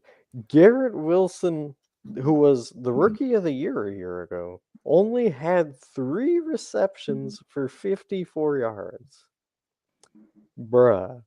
I mean, how are you not getting your best player involved in this game? I don't know. Um, and I mean, you could argue Brees Hall, and I wouldn't be upset with that either. Brees is really great. But to me, I think Garrett's just a little bit better in terms of what they're looking for. But I think the main focus is the defense. I mean, 4 sacks, they came to play and really made some huge changes in this game because there was a point to where it looked like the Broncos had the sign sealed and delivered. Um, and then the defense really seemed to step up, and Brees Hall, like you were mentioning, he said, "All right, fine, I'll carry us. Here you go. Watch this." And he exploded. 22 carries, 177, averaged 8 yards a pop against this Broncos defense. And it just for the Broncos, I mean, it used to be funny. It's not funny anymore. If anything, it's just sad. I don't know what to think anymore about this team. And I'm not blaming Sean Payton. I mean, it's his first year. Give the guy some time. But oh man, this is brutal. This is 1-4. You should have had this game, and you drop it to the Jets of all teams. Yeah, I don't know where you go from this. yeah. And how do you recover from this? Like you said Nathaniel Hackett was the worst coaching job in football last year, but yeah, you took it over. The team looked like this team looks like it has flashes of we're better. And then I don't know if Russell Wilson's actually this bad without his mental health coach, but if you are, buddy, you really got to figure it out because you're awful, Yeah. awful. You're doing more harm to your career than you are good at this point. Honestly, you might even want to think about giving it up. And like, we're not saying that to be disrespectful. We're saying it because we respect the player and what you've done for football. Right. I had And this. did you see Sean Payton getting into Russell's face after that fumble? No. Yeah, he lost his shit. Well, it doesn't help that Russell, Samaji, and Marvin all had 3 fumbles. So they had 4 fumbles the whole game, but 3 of them were lost. Meanwhile, the Jets had 4 fumbles and recovered. They recovered 6 fumbles that whole game. Yep. They only had 4. Both teams only had 4 sacks too. But so we're gonna jump here to the Chiefs 27, Vikings 20. Patrick Mahomes 31 to 41, 281 yards, 2 touchdowns. Isaiah Pacheco 16 carries, 55 yards, 1 touchdown. Kelsey 10 receptions, 67 yards, 1 tutty. Meanwhile, on the other side, Kirk Cousins 29 to 47, 284 yards, 2 touchdowns. Cole, we talked about this earlier. Is Kirk Cousins kind of playing for an audition to go somewhere now? I think he is. I mean, and honestly, I don't know why.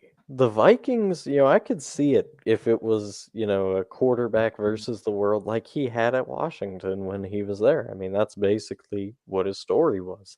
But you have so much talent around you that th- this team not winning, and I'm not saying necessarily this game because I mean the Chiefs are the Chiefs, but how are you not winning more games this year? I mean, it is absolutely disgusting with how this team has been this whole year.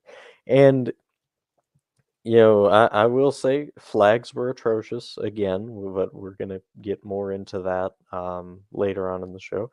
And then on top of that, just the Vikings were getting in their own way. Kansas City was literally handing you everything this game. I mean, Travis Kelsey, hopefully he's okay. He got Mhm. injured and then, he came back and looked all right.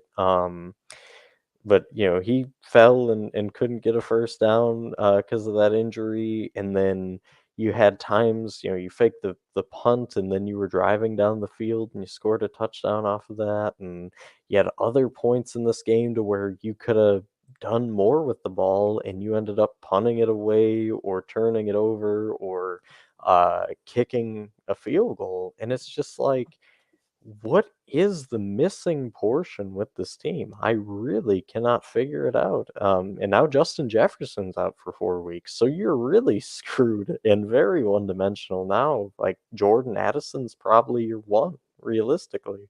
Yeah. And as for the Chiefs, I mean, this was just a gritty win. Nothing really spectacular about the Chiefs, but they were just kind of in it for the long haul and outlasted the Vikings. So this was not an impressive win at all for KC. Yeah. They've kind of offense has been kind of weird this year in True. KC. But yeah, what you said, Minnesota, very wide open division. Same thing with Cincinnati in their division. This is very wide open. You can still win your division. Green Bay's not great. Chicago's not great. Okay, you might lose it to Detroit. That's the only good team you got. But there's you guys. You can still make the wild card because that NFC is not good. No, not at all, really. Speaking of a not good NFC, San Fran houses Dallas. There's been a lot about this. Jerry Jones has reinforced that Dak is the quarterback that can get them to a Super Bowl. And Dan Quinn said, we're not going to let this game beat us twice. Well, they beat you 42 different times in this game. Dak Prescott, 14-24, 153 yards, 1 touchdown, 3 interceptions. Brock Purdy doing what he does always, 17-24, 252, 4 touchdowns. Kittle, Mr. 3 touchdowns himself, 3 receptions, 64 yards. Cole, Yes, sir. not even the best team in football. Dallas was supposed to have this freaking good defense, but is San Fran for real this good? I think so. I mean, realistically, look at the talent, right? You got Christian McCaffrey, you got George Kittle, you got Brandon Ayuk, you got Debo Samuel, you got Brock Purdy, which I'm not saying he's great by any regards, but he fits the mold. Granted, I think any decently or above quarterback would fit the mold here. Um, they really have everything to win now, um, and they're showing it. 42-10 over a pretender. That's what I'm changing the Cowboys to. They are a pretender. Um, it's just bad. I firmly don't know as a Cowboys team. I mean, I think they'll bounce back, and do better this upcoming week, but what does this do to your team when it comes to, like, the playoffs or when you have to play the Eagles? Um, I think this has more underlying effects than anybody's gonna say, because now I think at every point throughout the year, you're gonna go and you're gonna go, "Well, every big game, it's the same results," and, what type of effect does this have on the players, and what type of effect does it have on the front office and the coaching? Yeah. Like like I said, this is a game where they look back and well, not like I said, but like Dan Quinn said, this is the game they can't let beat them twice. So that's a big thing to say there. You can't let this game beat you twice. But I mean, anybody could say it. exactly, it's Yeah, doing it. But no one knows what this team can do.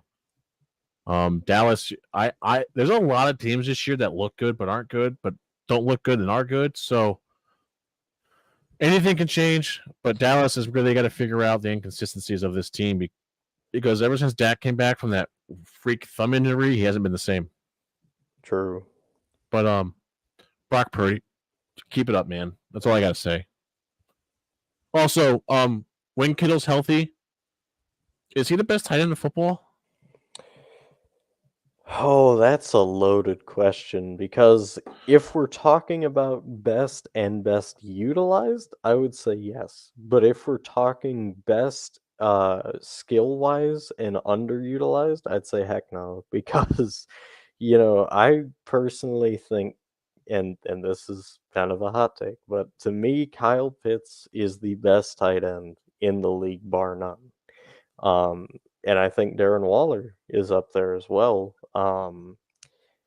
But in terms of who gets utilized the best and shines in the offense they're in, I'd have to say Kittle, realistically is. All right. Well, with that being said, folks, we're going to skip to the Monday night matchup here. The Packers and the Raiders in a battle of whose offense could get going slowest. Yeah. Jordan Love, 16-30, 182 yards, 3 picks. Uh, oh my God, I forgot his name. Watson had 3 receptions for 91 yards. Jimmy G, 22-31, 208 yards, 1 touchdown, 1 pick. Jonathan Jacobs, Josh Jacobs, Josh Jacobs. 20 carries, 69 yards, 1 touchdown. Jacoby Myers, 7 receptions, 75 yards, 1 touchdown. Cole, is Jordan Love Oh. the guy in Green Bay? Well, I think that's the question, realistically, that every Packers fan is asking because it is the most unclear thing right now. He has weeks to where he looks like, in stride, almost kind of resembling Aaron Rodgers. And then he has weeks like this to where he looks like he's, back at Utah State and making more errors than plays. So to me, this is really a coaching staff question because it goes to them like, okay, how do we address a situation like this? how do we get him leveled enough to be more consistent? And if they can do that, I think he could be the guy. But if they can't, and maybe it's a Jordan Love like mental thing that we don't know, um, then obviously I think it can be. So maybe this year is a year you draft kind of a backup quarterback in a later round, and you just flat out tell him, you go, look, Jordan, you either get more consistent and get more in rhythm, or you're done. Somebody's taking your job. Yeah, no, I 100% agree with that. Also, Raiders land. Do you guys eventually start Aiden O'Connell? I hope so. Realistically, like I said, he was the third best quarterback in the class, in my opinion. Um, I think he has every intangible that you want in a quarterback. But apparently the front office and the coaching staff doesn't see that, and they're sticking with Jimmy, which, I mean, it's fine. Like, he's okay. He'll win you some games, but he's not taking you anywhere big. So I think it's a real question on, do you want to take a risk and a chance on the new guy who could potentially take you to higher heights than Jimmy G, or do you just want to stay mediocre? And not to mention, and I want to give a little thing here to the Vegas O line. You cut down the sacks by 3. You gave up 4 sacks still. This is unacceptable. I mean, at least it's not 7, but you're still giving up 4. And QB pressures, there was still 6. I mean, it's a better improvement, but you need to kick it into high gear if you want to have any chance to compete for the division. This is me hiding from their O line. I was gonna say, blow them over. A strong wind could knock them. But all right, folks. With that being said, that was your NFL Week 5 review. A little longer than usual, but we had a bit more information put out. Now on to a segment that I think we all like here. Love it. Sadly, we don't have Jacob. For those of you who don't know, he somehow dislocated both knees doing something. We're assuming it was Hoonigan stuff with his Hoonigan friends. Some Michigan shenanigans. We wish you were better. He probably won't be here. Obviously, he's not here today, or he probably won't be here for the college football show on Thursday. But we wish you to get better, friend. So now on to our fantasy takes, our good, our man, and our blah. Cole. Yes, sir. Who you got for us first? All right. So for this week, I'm gonna go with the pick that says finally this happened. And that finally is Jamar Chase. 4470 this week. He single-handedly carried my team, and I'm happy for it. 15 receptions, 192 receiving yards, 3 TDs. I mean, welcome back, Mr. Chase. Please keep throwing him the ball. Please keep letting him be. And Joe, please keep throwing to him, because he, like he said, he's always open. I mean, why fight the man? He's telling the truth. All right, my mid, I'm going to go with Kyle Pitts, and it's an upgrade. If you remember watching the college football show a little bit ago, I'd say about maybe 2 years, we had a segment constantly to where we talked about UConn being in the basement. And if you don't know that terminology, basically the worst in college football. But then they started to pick it up, and then we moved them closer out of the basement, and then they were even out of the basement. And that's what this is reminding me of. Kyle Pitts a week ago put up like 310. He was in the basement. He was king of the basement because they didn't know how to use him. This week, they give him a chance. And he has 7 receptions for 87 yards. He puts up 20 points. He's, I want to say, out of the basement for this week, but just for the sake of me not getting absolutely let down shortly, I'm gonna say I'm gonna say he's like really close to finally coming out. And then the thumbs down of the week. The most abysmal, sad, despicable player who actually screwed someone you know, Chooch, in the fantasy league. Love. Yes, Jordan Love.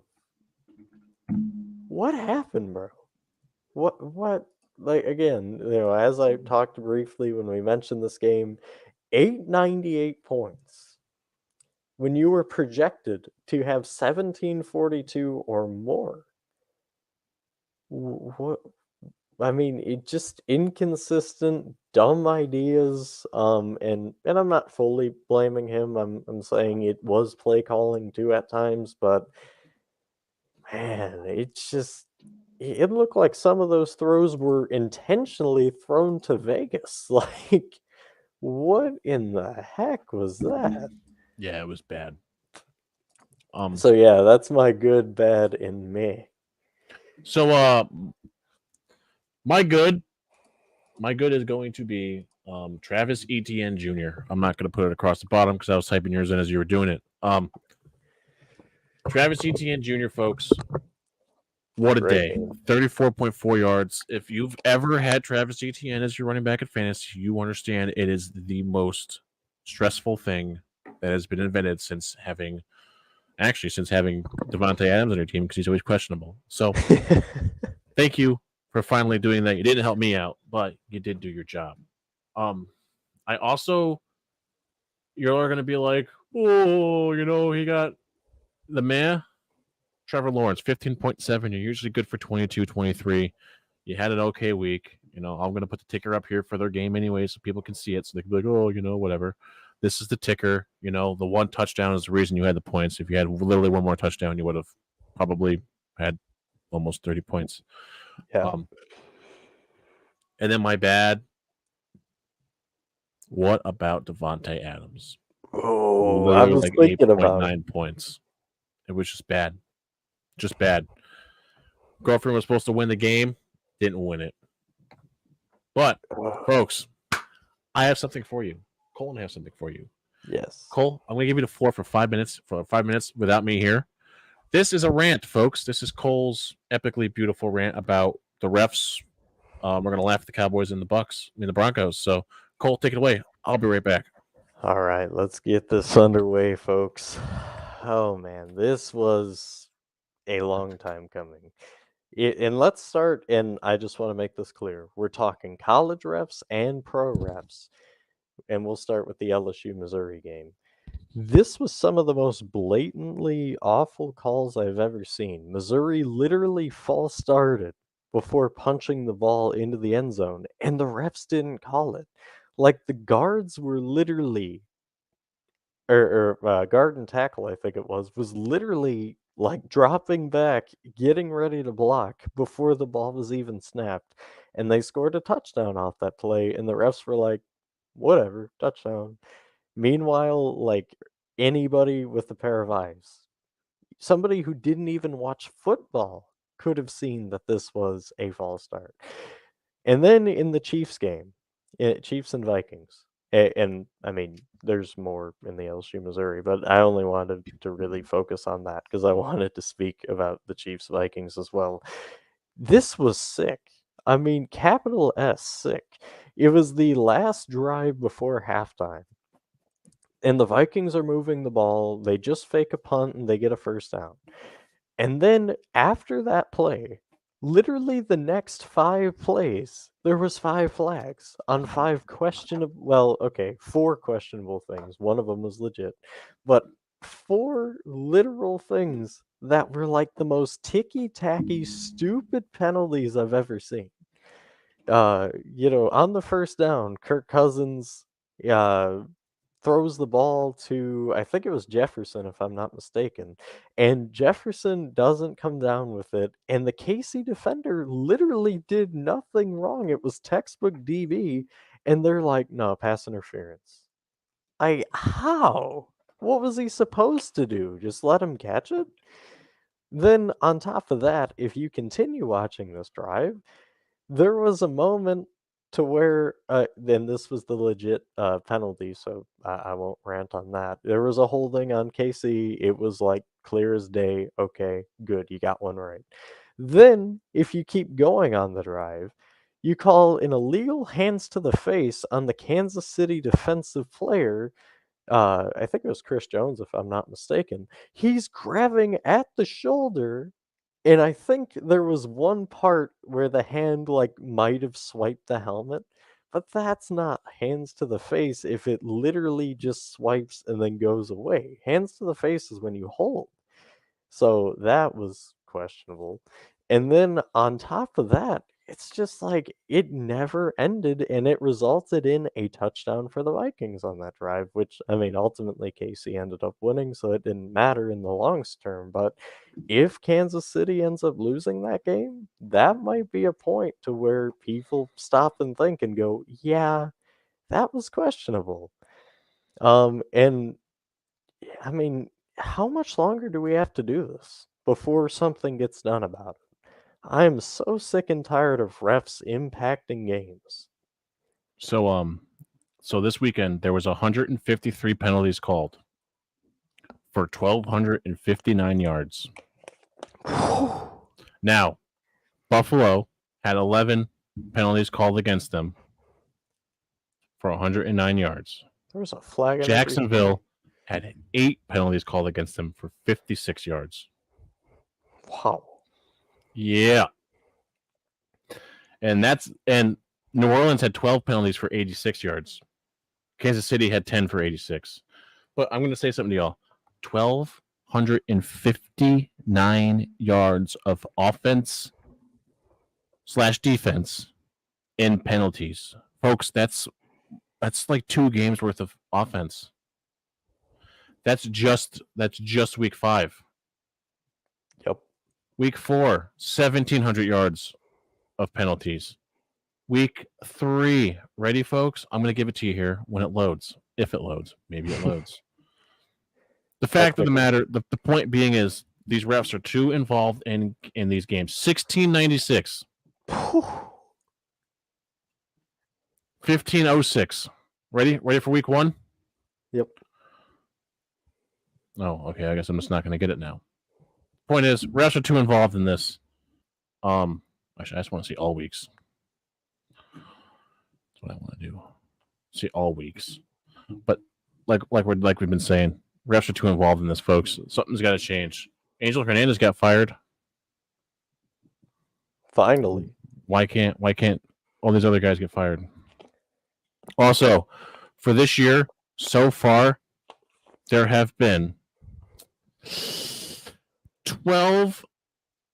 Oh, wow, I read that wrong. There has been 970 accepted total penalties with 8,026 yards.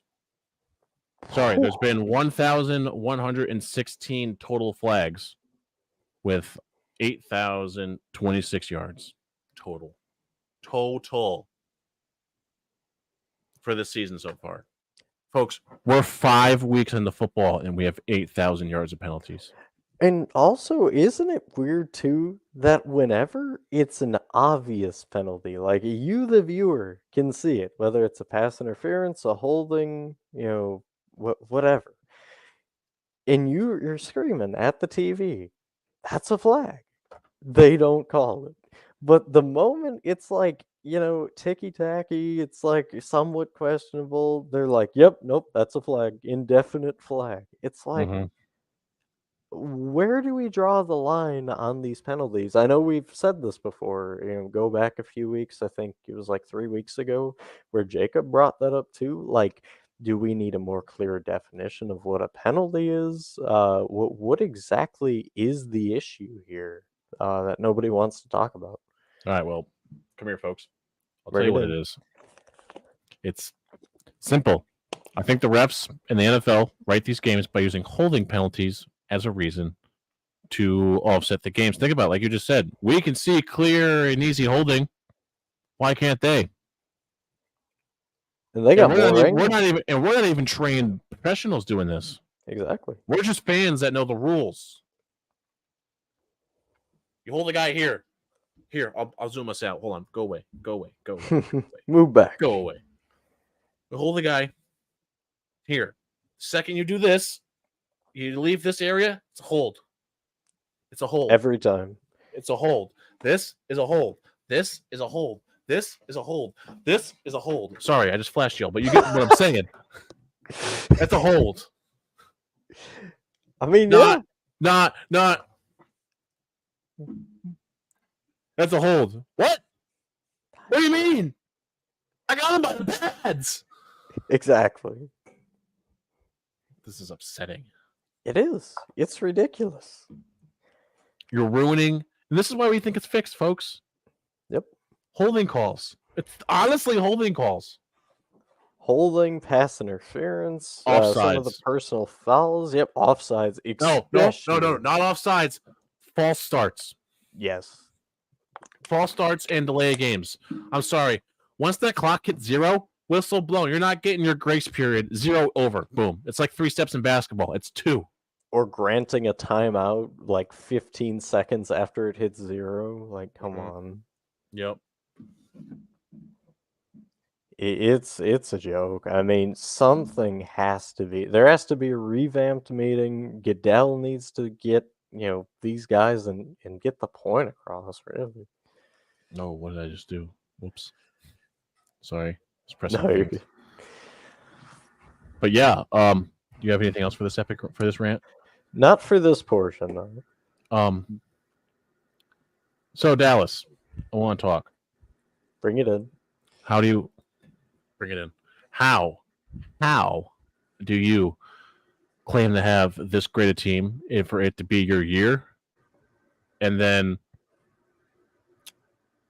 sorry, I was swallowing what you guys are. Absolute garbage. Trash. Absolute garbage. Mike McCarthy, I expected way more from your offense. You calling an offense should be good. Look at your Super Bowl teams. Pretty sure you were the guy calling the offense then. Secondly, we said this earlier about your game. I'm going to find it right here. This, Brock Purdy. Did you guys see him last year in the playoffs? Can't you fix this? Aren't you supposed to know what this kid's capable of? You're supposed to, like I said, you've had arguably one of the best defenses probably the last 20 years of football. But what good's it do when your offense is run by a guy that he's a has-been. He's literally a has-been now. He's been in the league for 9 years? He's a has-been? Something like that. Sorry, ear itched. No, you're good. Dallas, I mean, we got to figure this out. Like, I'm yeah. not a Dallas Cowboys fan. I'm a big Tony Romo fan. It's either A, like we said, Jerry Jones is far too involved in your team, or Mike McCarthy's just, I don't think it's Mike McCarthy. I don't even know who it is at this point. Yeah, I mean, it's just, it never ends with this team. It's like running around in circles, banging your head into a wall, because every year they should be in prison, and I mean this now, for the cruelty that they put their fan base through. It's the same story every year. And God bless these Cowboys fans. I know nobody wants to hear that, but to be able to go through the torture that they do every year, they buy in, they drink the Kool-Aid, and much like how that phrase originated, when you drink the Kool-Aid, you die. And that's what happens with the Cowboys every freaking year. They get to the wild card, and then they die. How? I don't know. But I'm going to start calling Dallas the Real Housewives of Texas. Yeah. They act like a bunch of prima donnas. And know what? I'm not saying that statement. That's how I get us canceled. Yeah, no. So I'm just going to stop there with that statement. It's the Real Housewives of Dallas if you're talking about the Cowgirls now. So, yeah. Also Denver. Oh, bring it in, Denver. We're in as far as I can go here. I can't zoom this in anymore. Like, I can't bring it out and then back in because that cancels it. I'm just going to keep it in here. Nope. Figure it out. Sean Payton, you're supposed to be good. Are you washed? I heard it. You know what, Cole? I was watching. you watch podcasts and then Right. podcast things show up and you have one and stuff shows up and fancy do-it-on magic that is algorithms on the internet. Figured out, hey, let's talk about Sean Payton being washed. Cole, is Sean Payton washed? There is a question for you. I'm going to put this across just to show everyone that Sean Payton is the head coach of the Broncos and they were up in this game. I sure hope not. I mean, 1 year is tough to judge. I just don't know though. I don't know what you have to do. I don't know if it's a player beliefs thing. I don't know if they, just toss their hat in the ring every week and they're like, we're the Broncos, they should bow to us. Like, I don't know. Like, what is the issue here, Broncos Nation? Any Broncos fan, feel free to type what you think it is, because I am at a loss. Is it Russell Wilson? Is it, the team demeanor? Is it the culture? Is it the defense? I mean, this just looks like a building ready to collapse, really. Yeah, and we were supposed to laugh at you, but I think we're more concerned for your health and safety at this point. You lost at the Jets. I'm sorry, I had to. No, they lost to the Jets defense, not the Jets. And Brees Hall. Yeah. Okay, so they lost to half the Jets team. I mean, okay, they lost to everyone but Zach Wilson. Yeah. Also, Robert Saleh, bro, what is your offensive play calling with Zach Wilson? It's atrocious. I've seen better play calling by awful Madden players. I've seen better play calling from JV coaches. Yep. With worse quarterbacks. So whatever you got going on with you and Zach Wilson's got to end, because you're going to hurt your team more and more. And this is a franchise that I kind of feel bad for. Like, you had Rex Ryan. He was looking good. You got Mark Sanchez. And then a bad year happens. Then the butt fumble happens. And now you're a literal joke. It's incredibly embarrassing. Is there hope for Jets fans? I hope so. I would like to see three good New York teams. Because football's better when the Patriots and the Bills and the Jets and the Dolphins all hate each other. And they can all be good football teams. True. Sorry, just is. That's fun football. It's like the NFC, not the NFC, the AFC North. When the AFC North is fun, holy, is it fun. And when it's down, it's still fun. Yeah. Who can win the struggle bus game of the year? We had to throw it back to the 1940s for that. Yes, we did. But you get what I was saying. Oh, yeah. They're both awful, and who knows? Maybe the quarterbacks will actually throw the football today. Besides that, expect a great running fiasco. Wing tease, baby. Run them on the sweep. Cole, do you have anything else for the rant? I do not. I mean, honestly, I think I got it out, and refs and everyone in company that we talked about, you need to figure it out, or we might have to make another rant about you. So your choice, really.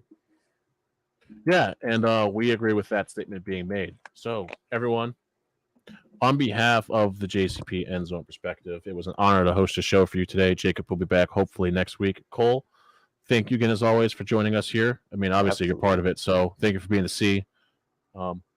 That's Cole. I'm Patrick. This is the CP of the JCP End Zone Perspective. We'll see you Thursday with the College Football Pick Show. Goodbye, all you beautiful broken chairs. God bless y'all.